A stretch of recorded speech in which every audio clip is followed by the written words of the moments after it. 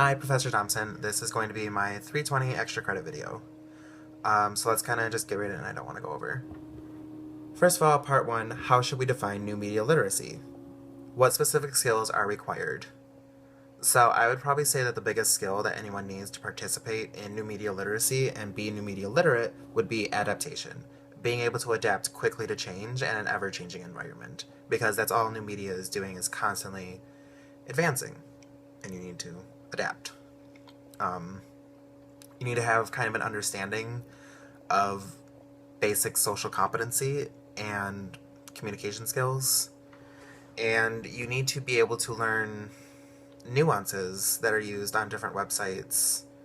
From a linguistics standpoint, you have to understand a lot of different people's talking type. Moving on, what type of training is required to be new media literate? Obviously, a class like 320 helped an amazing amount.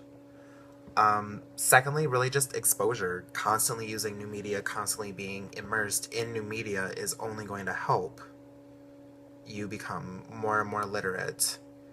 And what does new media literacy look like? This one kind of threw me because new media literacy really isn't something you can put a value on. Like, I don't really see it as quantifiable.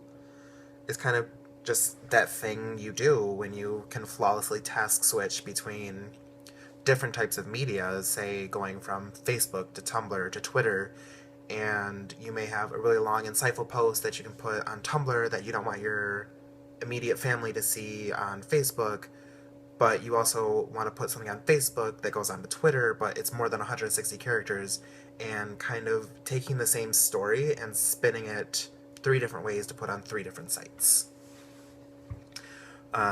What do you believe about your own level of new media literacy?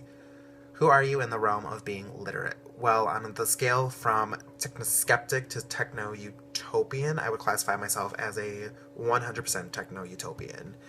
I personally believe that technology and new media is the means to revolutionize our world and completely change the way we're thinking of the world. What do you already know about new media literacy? I came into 320 picturing new media as social media.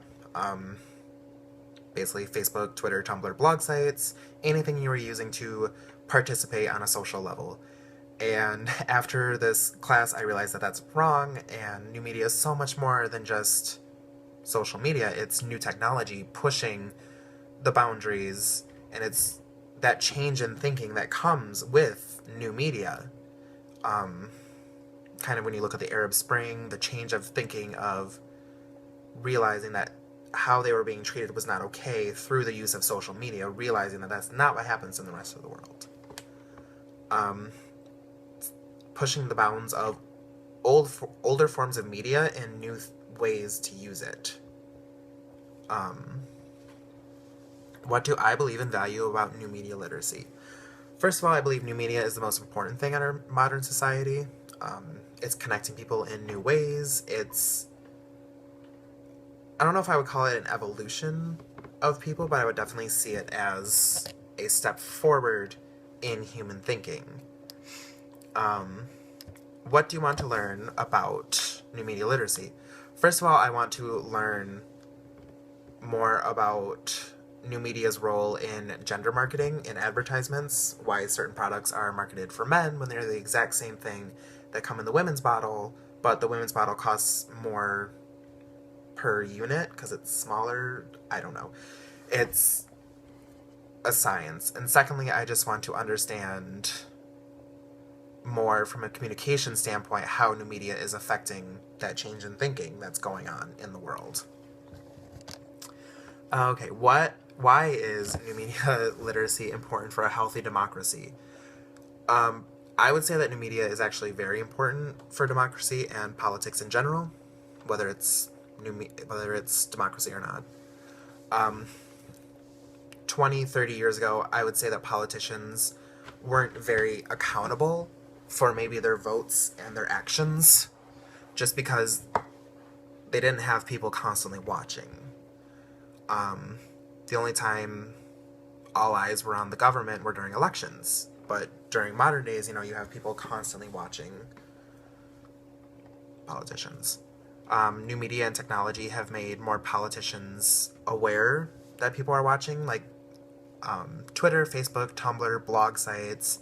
They're all keeping politicians legitimate than the previous administration before them, if that makes sense. Say like a politician's getting in a fight with a constituent. I mean, as soon as that cell phone goes up, they realize, this is going to be online in an instant. So they immediately calm down and realize, I'm being watched. It kind of keeps them true to their constituents because, voting records are all online now. You don't have to dig through files and files that are given to throw you off.